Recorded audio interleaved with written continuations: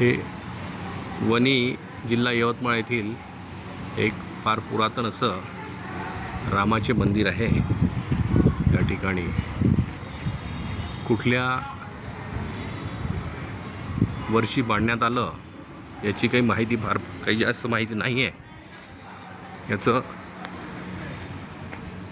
जुनं जे बांधकाम आहे ते फार पूर्वीचं अशा पद्धतीचं आहे। काळ्या पाषाणामध्ये उभे केलेले आणि जुनी वास्तू आहे। फार याची माहिती फार काही नाही आहे।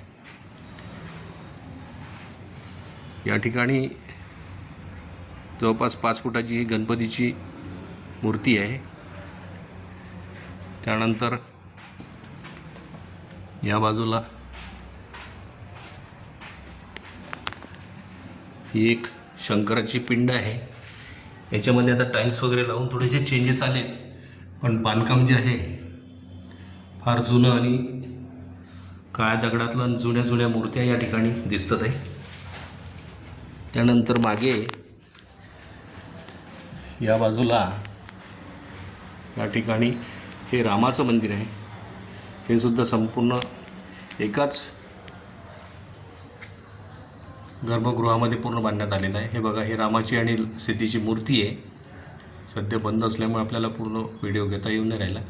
बाजूला तुम्हाला 2 या बाजूला आणि 2 या बाजूला अशा मूर्त्या दिसतात आहे।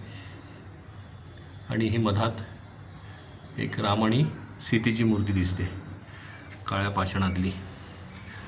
आणि या ठिकाणी एक लेख आपल्याला वाचायला मिळतो आहे, पण जो काही कळत नाही आहे, कुठली लिपी आहे, पण ही लिपी काही कळायला मार्ग नाही आहे।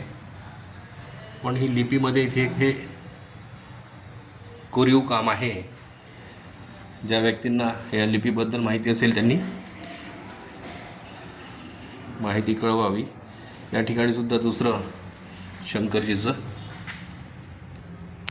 या बाजूला, पण दोन्ही बाजूला शंकरजीचे 2 पिंडी स्वरूपामध्ये मंदिर आहेत छोटे छोटे। हा संपूर्ण गर्भगृह आहे, सभामंडप आहे। हा संपूर्ण सभामंडप आहे, संपूर्ण पाषाणात उभा असलेला आणि पंढरपूरच्या पद्धतीतला थोडा हे जे कॉलम जे आहे ते जवळपास पंढरपूरच्या विठ्ठलाच्या मंदिरामध्ये असलेल्या पद्धतीपैकी दिसत आहे। यांना चुना मारल्यामुळे पांढरे झालेत ते, पण सगळे काळ्या पाषाणातलेच आहेत।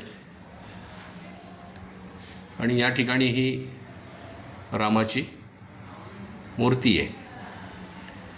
कितवी वर्ष जुनी आहे याची माहिती कुठे इथे काही लिहिलेली नाही आहे, किंवा काळाराम मंदिर म्हणतात असं मला कळले नाही। अधिक माहिती कोणाला जर कळली तर कृपया कळवावं।